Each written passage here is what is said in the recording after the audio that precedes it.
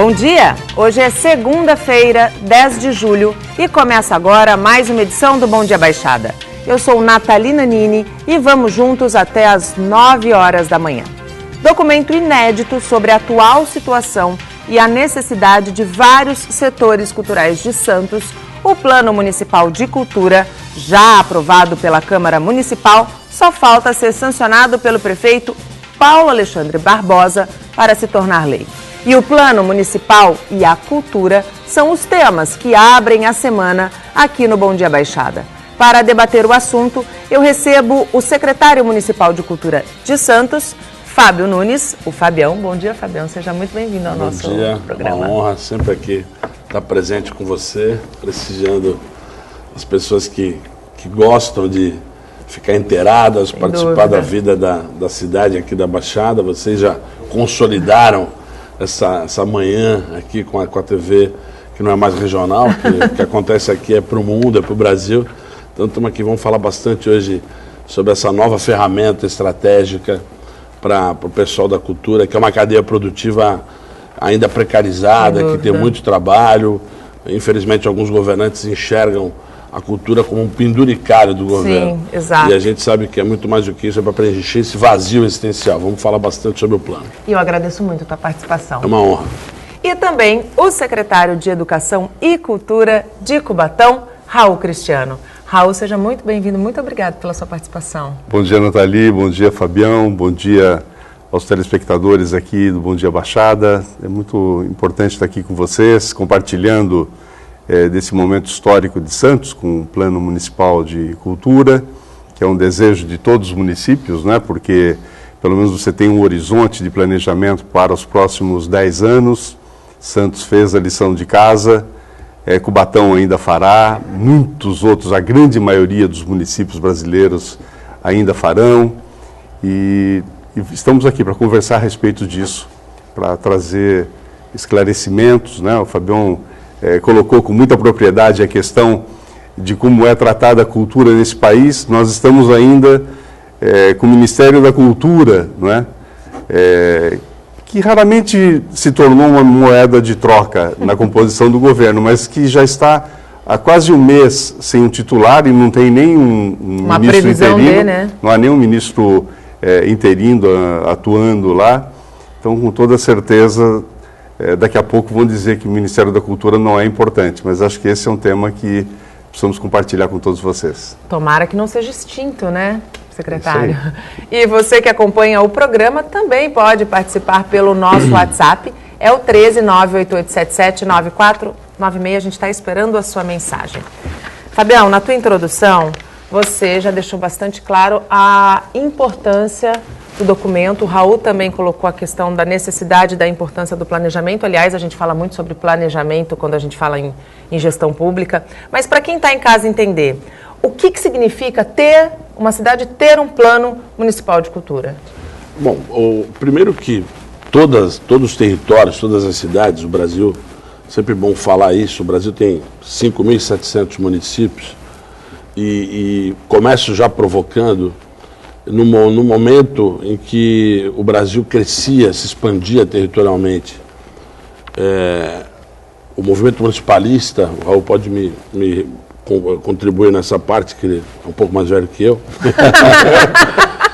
O movimento municipalista, ele foi um aparelhamento oficial feito pelos coronéis dos anos 20, dos anos 30, ou seja, por que eu estou provocando isso? Porque eu estou falando de Brasil, a gente está no momento de tirar as ideias que a universidade produziu, a percepção, o sentimento da sociedade.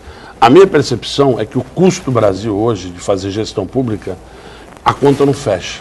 Não fecha. O que significa isso? Não dá para a gente ter 5.700 prefeitos, 5.700 câmaras de vereadores. Foi criado, tem municípios em Minas Gerais, eu cito Minas Gerais, salvo engano, que é o estado que tem mais municípios, mais de 900. Mais. São Paulo tem 645. Então, assim, essa multiplicação de municípios não foi uma estratégia de descentralização do poder, que no primeiro momento funcionou muito bem, obrigado. Só que hoje a conta não fecha.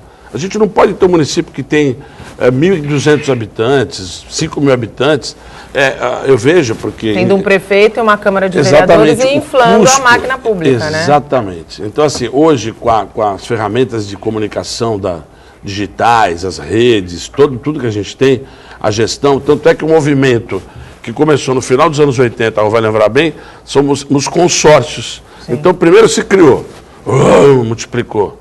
Hoje se concentra em regiões. Então, óbvio que algumas regiões não dá para voltar atrás. Não dá para falar que Guarujá vai voltar a ser Santos depois de 80 anos, Cubatão depois de 70, Bertioga depois de 30 anos, ou seja...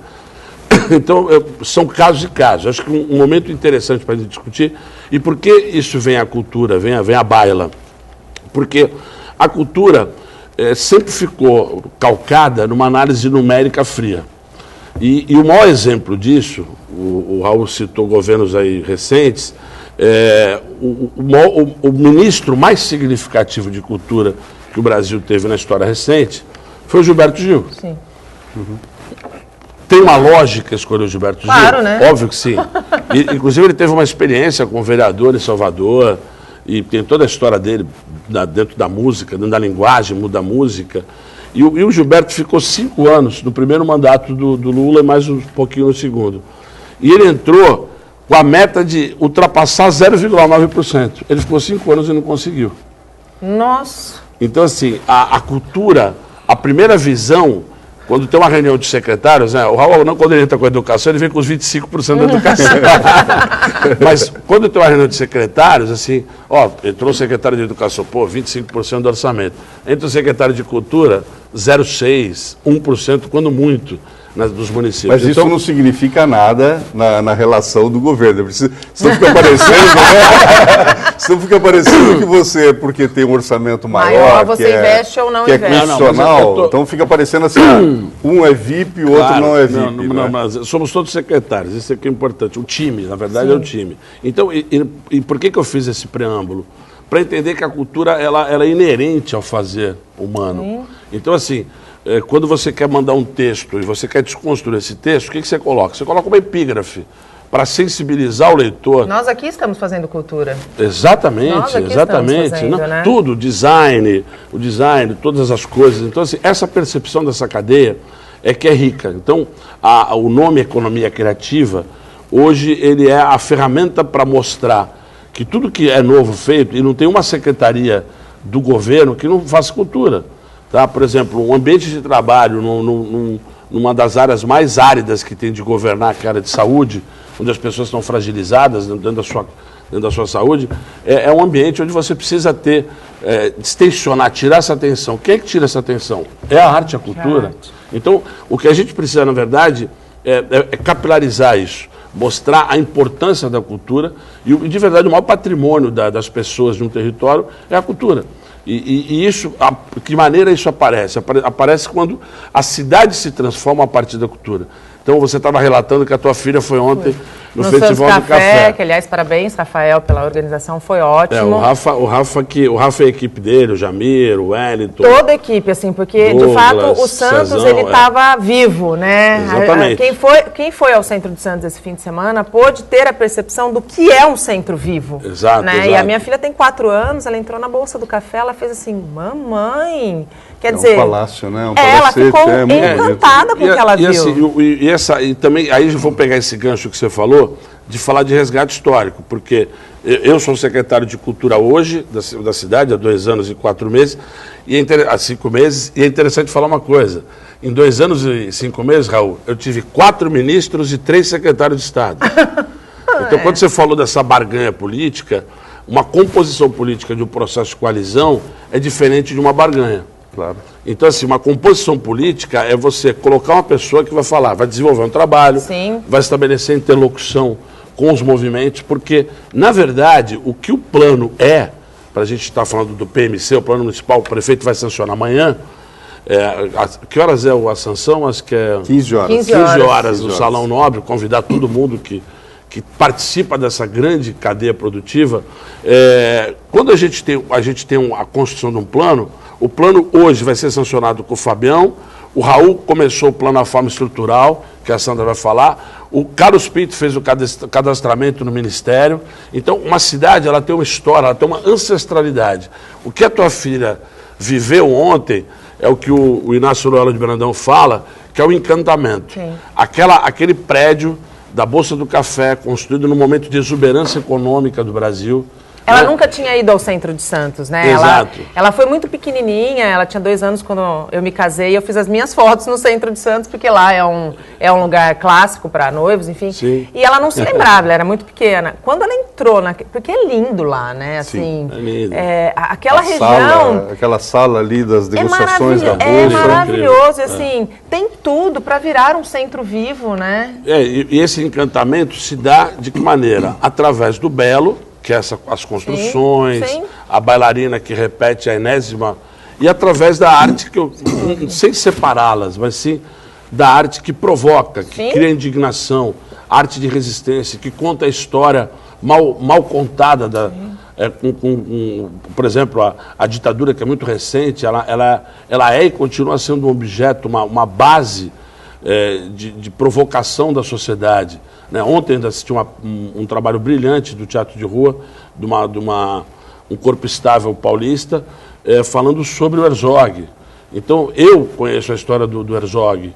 Agora, os jovens que nunca ouviram falar, foi muito rico ontem, assim, eu saí bem tocado mesmo do trabalho feito. São 5 atores incríveis, uma direção perfeita.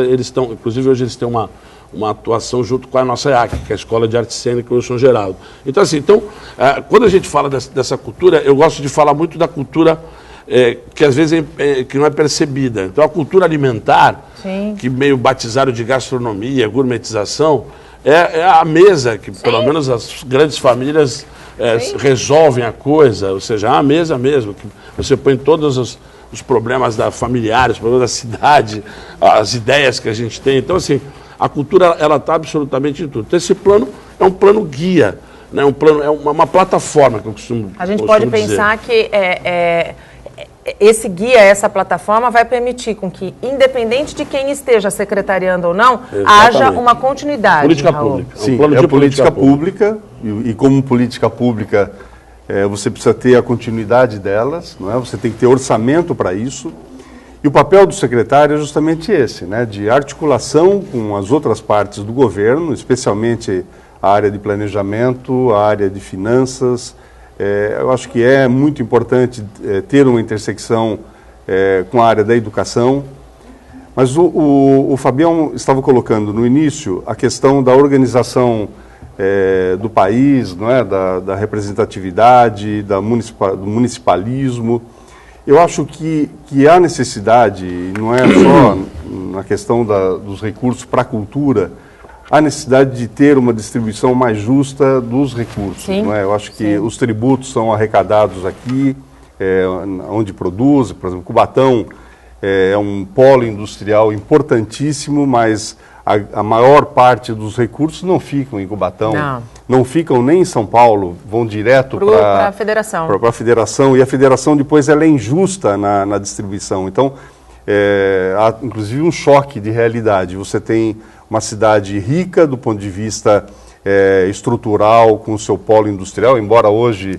Esteja enfrentando a crise. Sim, a desindustrialização acabou gerando isso, desemprego em massa, etc. e tal. Isso implica diretamente no orçamento. Agora, eu acho que a distribuição de recursos, a redistribuição de renda no país ela é extremamente importante. Agora, o Fabião colocou algumas linhas importantes de valorização da cultura, e aí eu assino embaixo, mas eu acho que nós temos que ter uma ação no sentido de trabalhar, inclusive há um empenho de uma deputada do Rio de Janeiro, no sentido de estabelecer que, a exemplo da educação e da saúde, que você tem um mínimo de investimento... A cultura também tenha, né? No orçamento, a cultura também tenha, não é? Embora eu estou muito convicto hoje, porque em Cubatão, eu sou secretário municipal de educação e acumulo a Secretaria de Cultura, não é? E o trabalho junto, não houve uma fusão das secretarias, por uma estratégia Sim. Local tal. Mas o diálogo entre as duas secretarias, ainda não na questão de recursos, porque Cubatão hoje está uma lástima em relação aos recursos orçamentários. Mas esse diálogo das Sim. partes, nós temos ajudado muito as duas pastas. E estou trabalhando muito na institucionalização das coisas em relação ao próprio Sistema Municipal de Cultura. Em Santos, eu antecedi o Fabião. Né? Ele bem disse, o Carlos Pinto iniciou as tratativas com o Ministério da Cultura para adesão ao Sistema Nacional de Cultura. Eu fiz a adesão ao Sistema Nacional de Cultura, acompanhando o prefeito numa audiência lá em Brasília e aí começamos a consolidar todos os pré-requisitos que são necessários para você aderir ao sistema. No entanto, o sistema que organiza a ação do poder público e das políticas públicas nos estados e municípios, o Sistema Nacional ainda é só uma peça de ficção. Por quê?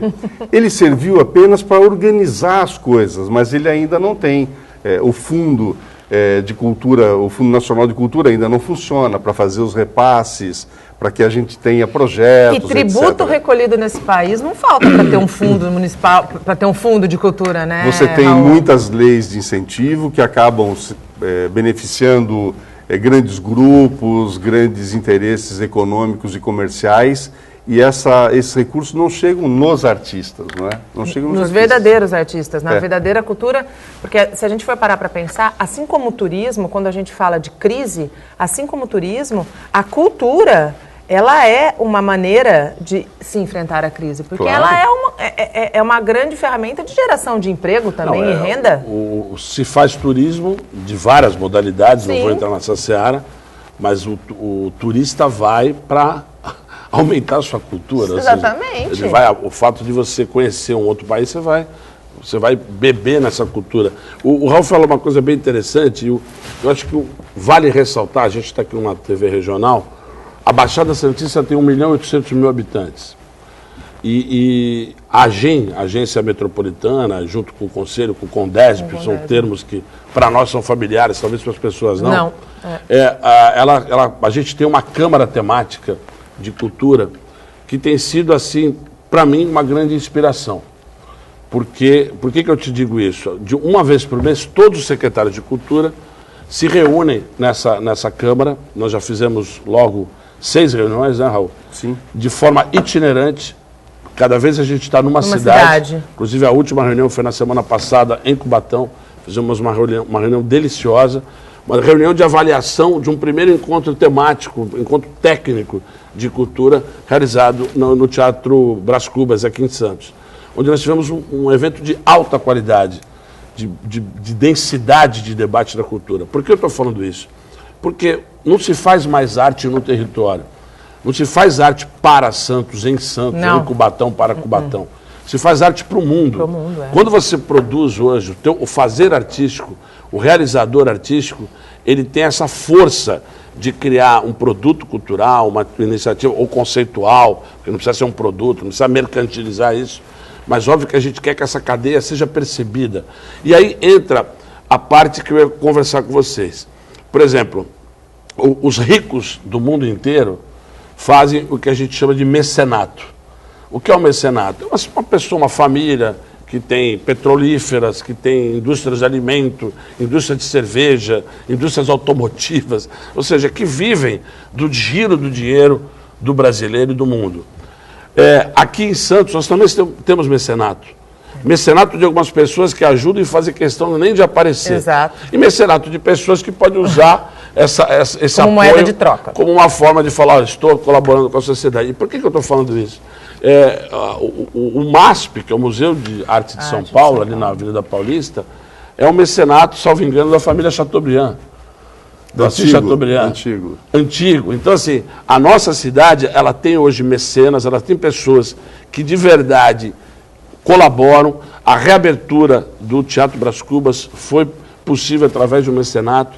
Então, assim, a reabertura do Coliseu. A reabertura do Coliseu, 2014 também, quando você interrompeu para fazer toda a revisão. Então, assim, é importante dizer que essa cultura que a gente está falando é uma cultura .gov, que é ponto .br. Primeiro setor, .gov, .com, porque tem a parte comercial, que é o segundo setor, e o mais e é .org. Exatamente. .org, que é a sociedade civil organizada, que são os artistas. E aí, por que eu estou fazendo um gancho? Me irrita um pouco relembrar há 10 anos que o Brasil estava num momento, o mundo estava num momento de exuberância, de macroeconomia. Sim. E a gente falava que era do mundo, e o pessoal, não, isso é o Brasil que está indo bem. Era mundial. Sim. Porque o dinheiro saiu dos Estados Unidos. Numa bolha, numa crise, ele migrou e foi para outras áreas. E os Estados Unidos, o grande feito do Obama foi esse. Trouxe de volta esse dinheiro, sim, polarizou. E naquela época, há 10 anos, se falava, sabe o quê? O político chegava na campanha e falava, o problema do Brasil não é falta de dinheiro, é gestão. E quando que falava-se isso, ele mesmo falando, ele político, ele reconhecendo que ele não tinha capacidade de gestão, criaram as famosas OS, que são demonizadas por alguns setores. Então, o que é a OS? A organização social que faz a gestão de algo público recebendo dinheiro por competência, por capacidade técnica, por acervação técnica. Então, assim, a primeira coisa que tem que ser dita quando a gente fala de cultura, que a cidade de Santos, ela não tem OS da cultura atuando. E não porque ela não quis, porque o movimento cultural de Santos, a gente tem 11 subvenções, que são com entidades como a Banda Carlos Gomes, o Museu de Arte Sacra, o Clube do Choro, né, a própria Academia Santista de Letras, e ela tem um convênio do formato antigo junto ao Arte no DIC, que é um instituto genial, criado ali no DIC da Vila Gilda, que é incrível. E por que eu estou falando isso? Porque o novo formato que esse plano vai viabilizar esse plano é uma legislação chamada 13019, né, Raul? Todas as prefeituras da Baixada e do Brasil vão ter que se adequar a um processo de chamamento, de democratização, porque, infelizmente, não é o caso de Santos, espero que o Cubatão também não aconteça isso, muitas vezes a cultura é aparelhada, sim, pelo governo para fazer aquele penduricalho. Uhum. E aí a percepção cultural das pessoas, exatamente. Então, assim, a democratização, esse plano é um plano de democratização, porque ele foi construído de maneira colaborativa, através de conferências, de participação, e hoje, acho que o maior indicador para a gente perceber isso é a qualidade do nosso Conselho de Cultura. O Conselho de Cultura de Santos, ele amadureceu de uma maneira que ele pode fazer crítica, ele coloca o dedo no nariz do secretário, porque eu sou a pessoa certa para lutar por eles, porque claro, essa coisa, eles têm competência para exigir, eles não precisam de procurador, não precisam do Fabião, eles são um conselho onde o que sai de produção daquele debate é levado ao governo, e o governo, através do secretário de mim, vai falar, Fabião, vamos planificar isso, esse plano é exatamente isso. Então, essa sistematização que a Sandra Petit está aqui, daqui a pouco ela vai falar com a gente, é isso, né, Raul? Acho que eu tentei assim, mostrar a riqueza da dimensão. Fabião, você está sendo um professor. Parece um burocrata. Eu estou muito à vontade. Estou me sentindo privilegiado aqui com a Nathalie. A gente vai para um rápido intervalo, porque lá na minha produção já falaram, você estourou 5 minutos desse bloco. Corta o Fabião. No próximo bloco a gente vai conversar com a Sandra, vai conversar um pouquinho mais aqui com o Raul sobre o Plano Municipal de Cultura de Santos, que será sancionado amanhã, às 3 horas da tarde. E abrimos o segundo bloco com esporte. Jogando em casa, o Santos se deu bem contra o São Paulo. O Peixe começou arrasador e o nome do jogo foi o colombiano Copete, que marcou os 3 gols santistas. O primeiro ainda na primeira etapa. No segundo tempo, o Santos ampliou e chegou a 3-0, mas deixou que o tricolor diminuísse e até assustasse no fim da partida. O time do Levi Cooper segurou o placar de 3-2 e garantiu mais 3 pontos que colocaram o Santos no G4 novamente. Agora o alvinegro praiano tem 20 pontos. De quebra, o Peixe ainda afundou ainda mais o rival São Paulo, que está na penúltima colocação da tabela na zona de rebaixamento. O próximo compromisso do Santos é fora de casa na quarta-feira contra o Atlético Mineiro e o técnico tem uma missão bem grande. Afinal, desfalques no Santos não faltam. E voltamos a falar sobre o Plano Municipal de Cultura de Santos. Hoje comigo, o secretário municipal de Cultura de Santos, Fábio Nunes, o Fabião, e também o secretário de Cultura e Educação de Cubatão, Raul Cristiano. Raul, quero voltar um pouquinho com você. O Fabião colocou muito bem a questão da importância do PMC, que além de prever este planejamento e mostrar essas necessidades do ponto de vista cultural de Santos, também estabelece, traz um levantamento histórico, geográfico, demográfico, político. Por que eu acho que a gente já até pode imaginar a dimensão disso, mas por que é importante que esses dados também estejam junto a este plano? Esses dados são importantes porque você tenha os indicadores, não é? E com os indicadores você vai fazer o planejamento dos investimentos que deverão ser feitos, porque o plano não é uma ideia abstrata, ele precisa ser realizado e precisa ser realizável, não é? Eu também participei como um dos relatores do Plano Estadual de Cultura, não é? Assim que saí, no último ano meu na Secretaria de Cultura, eu fui secretário durante 2 anos, 2013 e 2014, e no final de 2014 e 2015 participei da elaboração do Plano Estadual. O Plano Estadual está sendo votado ainda pela Assembleia Legislativa de São Paulo. E ele também é uma peça que é muito importante e prevê essa questão da descentralização das ações da Secretaria de Estado da Cultura em todo o estado de São Paulo e prevendo as parcerias com os municípios. Só que essas indefinições, por exemplo, o ministro João Batista de Andrade, ele renunciou ao cargo, ele era interino, por quê? Porque houve um corte muito importante, muito significativo na pasta, não é? O ministro Roberto Freire anterior teve problemas políticos em relação à própria ética do governo Temer.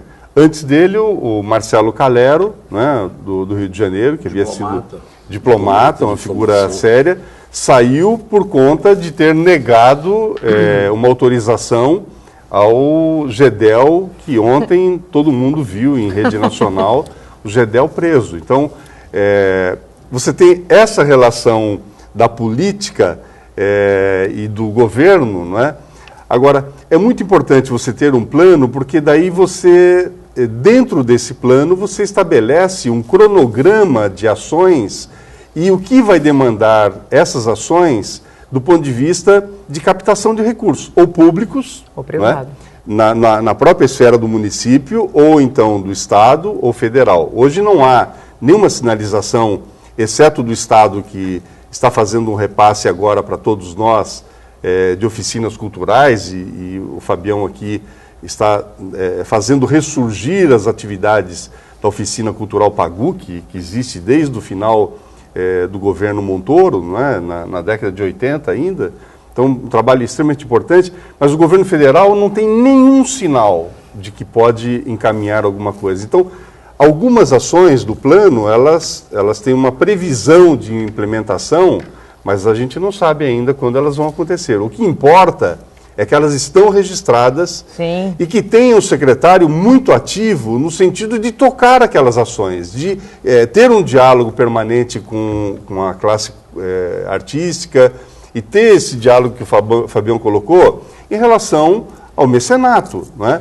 Porque o mecenato, em qualquer país, ele hoje, você tem a responsabilidade social das empresas e você tem a responsabilidade cultural, que já acontece na Europa. São mecenas que fazem aportes e aquilo, para as suas empresas, traz um ganho, sem dúvida, ganho importante, não é? Benchmarking.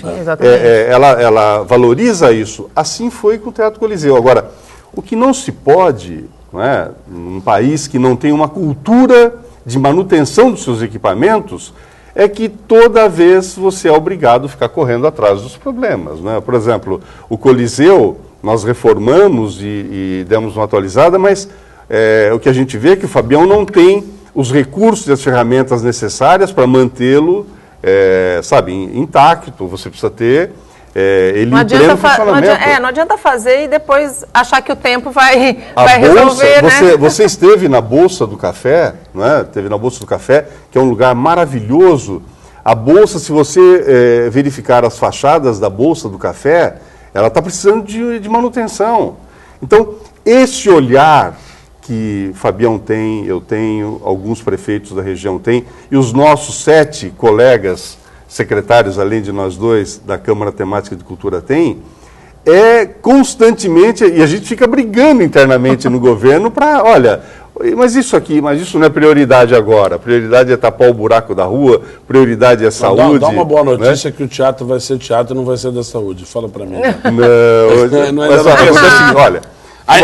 Tem essa notícia, falando do teatro, para que o telespectador do Bom Dia Baixada saiba, é o Teatro Municipal de Cubatão, que foi as obras dele começaram há 30 anos, portanto em 1987, e nunca se acabaram.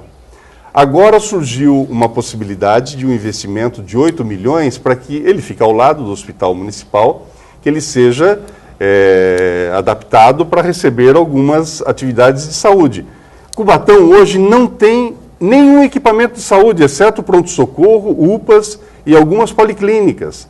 Mas não tem assistência médica. Se você tiver um troço lá na estrada próxima, tem que vir para Santos, tem que ir para Guarujá, Praia Grande, São Vicente. Então, essa discussão eu compreendo, eu fiquei também assim muito dolorido em assumir, mas nesse momento, acho que o melhor para a cidade, se for viável, se for viabilizado mesmo, que eu torço para que aconteça, é que esses 8 milhões transformem o teatro numa área da saúde. Agora, Cubatão terá um outro teatro. Tem um teatro que foi construído no Parque Anilinas, que também estava abandonado, né, já está há mais de 4 anos abandonado, que nós vamos terminá-lo agora. E o bloco cultural que fica entre o Paço Municipal e a Câmara Municipal de Vereadores, que sempre foi o Teatro de Cubatão, ali será revitalizado e requalificado. Eu falo que será porque eu sou muito obstinado em relação a isso, eu vou buscar todas as condições para que aconteça. E eu acredito que ao fim dos 4 anos, Cubatão vai ter muito o que comemorar. A gente, aproveitando o teu gancho, que a gente correu um pouquinho para...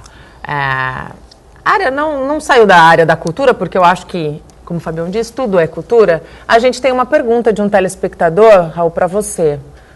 Pode pôr na tela? É o Eduardo Paiva, de Santos. Raul, quando serão acertadas as pendências com os funcionários públicos, férias, vales, etc.?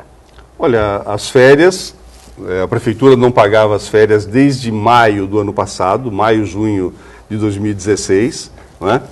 Para ninguém, foi feito um parcelamento em 3 vezes, dia 30 de junho, 30 de setembro e 31 de dezembro, só que a Prefeitura não conseguiu honrar no dia 30 de junho. Então, hoje, ou até o final desta semana, os recursos da primeira parcela serão depositados em conta de cada um dos servidores. A gente tem que lembrar que Cubatão está se esforçando bastante para sair do rombo, né? Sair do buraco onde colocaram a cidade. Voltando agora para o nosso PMC, para o nosso Plano Municipal de Cultura, além dos nossos convidados aqui na bancada, tem também uma pessoa muito importante que veio acompanhando o secretário de Cultura de Santos, que é a Sandra Petit, funcionária da administração municipal há quase 20 anos e foi quem coordenou a elaboração do Plano Municipal de Cultura. Sandra, qual que é teu sentimento sabendo que esse plano vai ser sancionado amanhã? Eu fico muito feliz, muito feliz. Cada vez que eu olho, que eu tenho assim impresso na minha sala, eu olho o plano, eu fico folheando. Chega que até que me emociono bastante, porque foram 8 meses de capacitação pela Universidade Federal da Bahia e pelo MINC. Depois que foi feita a adesão, eles fizeram um convite para que a gente fizesse parte dessa capacitação. O Raul era secretário na ocasião, ele me indicou e indicou mais pessoas da sociedade civil. Assim, no segundo momento, a gente começou a trabalhar muito com o conselho, né? Aí o Fabião chegou e deu a oportunidade, porque assim, eu tive muita sorte. Eu tive um secretário que viu isso como uma possibilidade maravilhosa para a cidade e o outro secretário que ajudou, que acompanhou. Quando o Fabião chegou, nós estávamos saindo pela cidade para falar do plano. Ninguém conhecia, era uma coisa muito nova. Ele acompanhou, queria saber em que pé que estava. fomos juntos. Abraçou a causa. Abraçou muito a causa. Aí depois fizemos umas equipes, eu tive pessoas maravilhosas, assim, muito próximas, a Eda, a Patrícia, o Lincoln, no final do processo. E nós fomos fazendo, pesquisando, vendo de que melhor forma. Aquela parte toda histórica, nós que elaboramos também. Fomos perguntando como é que é, né? Não é tudo da cidade que a gente conhece, apesar de que eu sou santista desde que nasci. Mas foi, assim, uma história muito bonita, assim, uma história maravilhosa. E amanhã... Você vai estar lá? Imagina. Quando teve a primeira passagem pela Câmara, eu estava lá. Aí não deu certo. Passou depois de mais dois. O secretário também estava, aí teve um probleminha. A gente entende bem a Mas Câmara. a gente sempre entendeu que quem pegasse esse processo, que pegasse esse documento na mão, ia ver a importância para a cidade. Porque, assim, a ideia dessa sistematização que veio do Ministério da Cultura foi que todos os municípios falassem a mesma língua. Sim. Que eles tivessem as mesmas coisas, que eram obrigatórias, um plano de cultura, um conselho, um fundo, uma secretaria própria. E a gente já tinha muito disso, já tinha um fundo, já tinha o Conselho de Cultura, deliberativo desde 2002, que ainda tem, assim, umas adequações, porque toda lei você tem que, de vez em quando, olhar para ver e ver o que é que o Conselho também pensa daquela lei para ir desenvolvendo. Eu trabalhei com o Conselho de Cultura por 6 anos, que eu fazia a chefia do departamento ali, secretariava o Conselho, né, na verdade, e aí você fica sabendo das coisas, das ansiedades e tudo, então... Foi muito fácil até a confiança deles de saber que aquilo ali ia ser feito por eles também, da maneira que foi, né? É o que eu acho que a gente está dizendo aqui sempre, né? É a gestão de continuidade. Começou com você, Exato. Chegou no Fabião e todos enxergando com o mesmo olhar a necessidade de se ter um olhar especial para a cultura, entendendo que a cultura, ela não é, muitas vezes, só o meio, ela é o fim, né? Ela é a atividade fim extremamente importante para o município. Verdade. E o Conselho, ele já montou uma equipe de monitoramento do plano, Isso é bastante importante. Prevendo que a partir do momento que ele é assinado e ele é publicado, vamos arregaçar a manga e ver o que é que se pode fazer agora. Porque não é para o telespectador. É importante para o telespectador entender que não é o fato do prefeito assinar que a coisa vai começar a acontecer rapidamente. Não é assim que acontece, né? Precisa sair do papel e precisa estar dentro do orçamento, né? Isso, exatamente. Quando eu fiz a capacitação, o pessoal da Universidade Federal da Bahia sempre falava: tem que tomar muito cuidado para esse plano não virar peso de porta. Para ele não virar suporte de mesa, porque ele é uma coisa maravilhosa que tem que continuar. Sem dúvida. Né? O próximo secretário tem que entender o Raul e como entende exatamente. E também não é só isso. Nós tínhamos as pré-conferências e as conferências de cultura de 2 em 2 anos. A partir do plano, é o que está no plano. A conferência, quando tiver, vai ser em cima daquele documento que já existe. Adequando, a gente tem que fazer um monitoramento de 2 em 2 anos, ou de 4 em 4 anos, para ver o que foi feito, se está tudo ok, se está contemplando, quer dizer, agora... Quer dizer, não perde de vista. Não pode. Não vira peso de porta. Não. Sandra, muito obrigada pela participação aqui conosco. E parabéns. Né? Eu acho que o que você mais merece, o que a equipe merece, é a parabenização por essa confiança e por essa insistência em elaborar um documento tão importante para o município. Muito obrigada. Muito bom, obrigada. Obrigado, Sandra. Obrigado, Sandra. E chegamos ao último bloco do nosso programa. Hoje estamos falando com o secretário municipal de Cultura de Santos, Fábio Nunes, e também com o secretário de Educação e Cultura de Cubatão, Raul Cristiano. Fabião, sendo sancionado amanhã, virando lei, qual é o primeiro grande desafio do Plano Municipal de Cultura? O grande desafio vai ser o debate na primeira reunião ordinária do Conselho, para que a gente faça um diálogo com a Secretaria de Finanças para a projeção do ano que vem. Esse ano a gente tem uma programação para ser cumprida.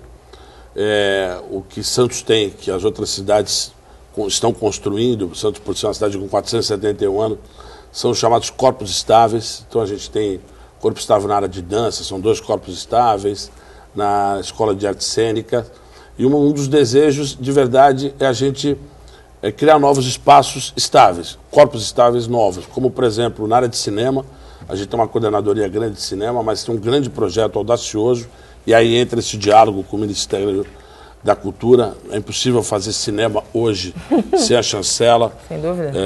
Ou seja, o Santos tem um dos festivais mais incríveis, que é o Festival de Curta-Metragem, o querido Toninho Dantas, irmão e amigo. Mas a gente vai debater, sim, esse plano. Ele vai, como a Sandra falou, essa comissão, esse grupo de acompanhamento do plano vai fazer o checklist. E é um projeto para algumas ações mais simples de serem viabilizadas. Inclusive, muitas delas, a gente está fazendo uma aderência, uma capilaridade com o CMDCA, que é uma demanda, inclusive, o promotor Carmelo, ele tem sido absolutamente diligente, exigindo, que eu acho que ele pode e deve, com que a Prefeitura e as secretarias trabalhem em rede, porque grande parte dos recursos do Destinação Criança são utilizados na cultura. Sim. Então, eu comecei falando isso com você, a gente está acabando falando, ou seja, todos os conselhos, todos os outros dinheiros que não especificamente da cultura têm uma capilaridade. Com a SEAS, com a Secretaria de Assistência Social, a gente está fazendo um projeto novo de ativação cultural.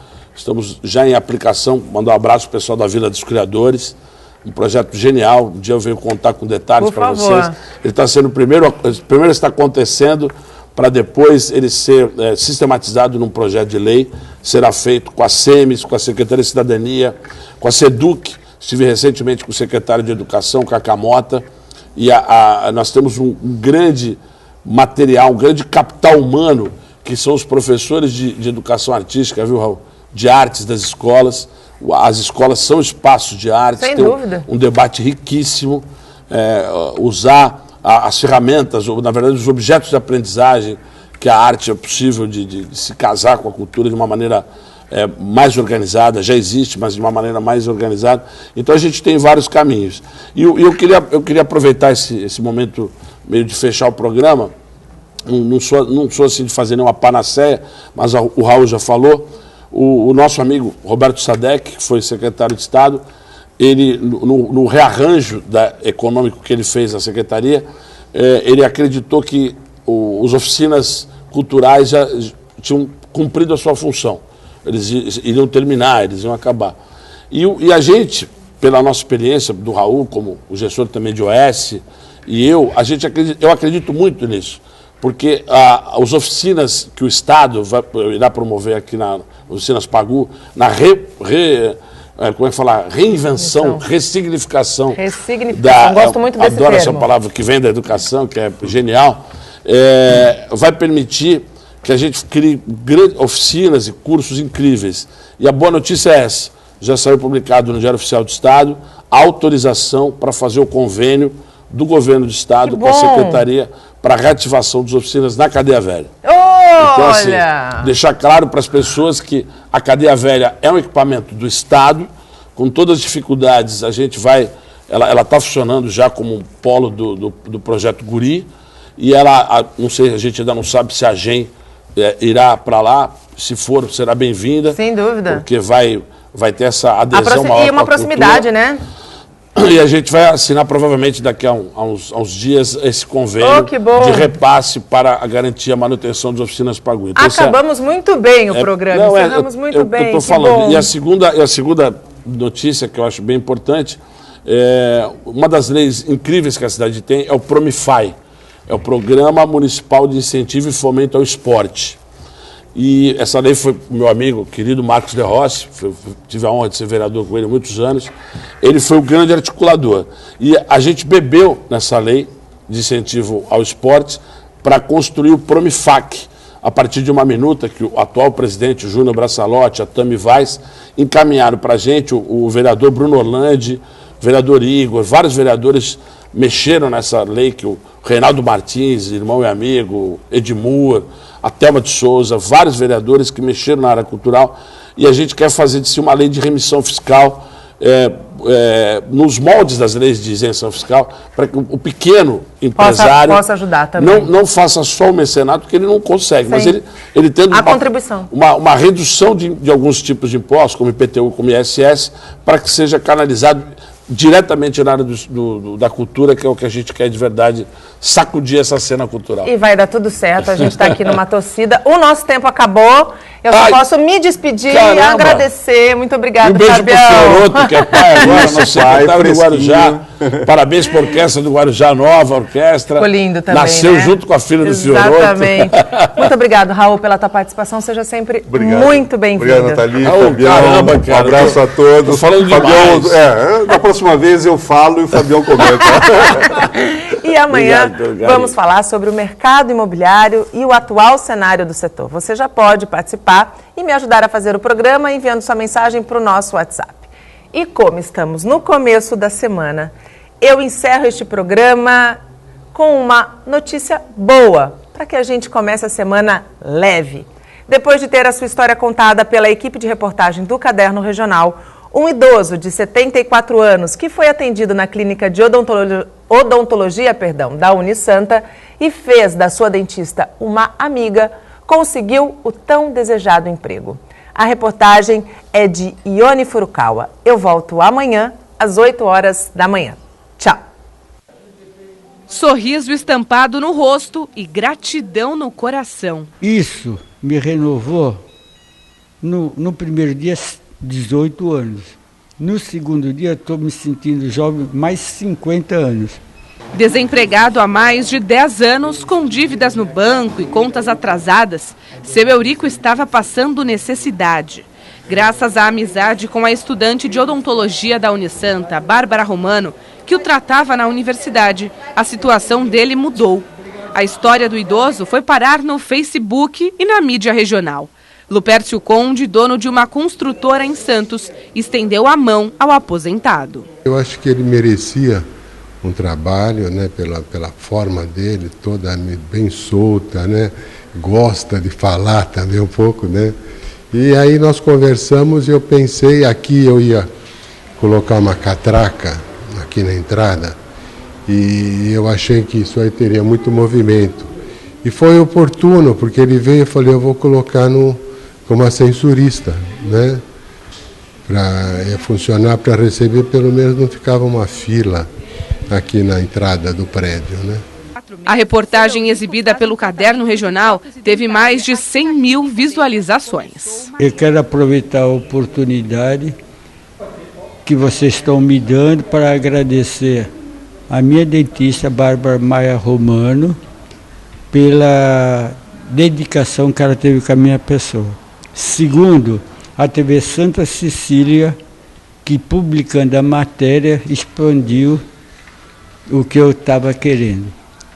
Terceiro, a família Conde, que sempre presentes às atividades sociais, assistenciais, me deu oportunidade e me ofereceu esse emprego que eu estou.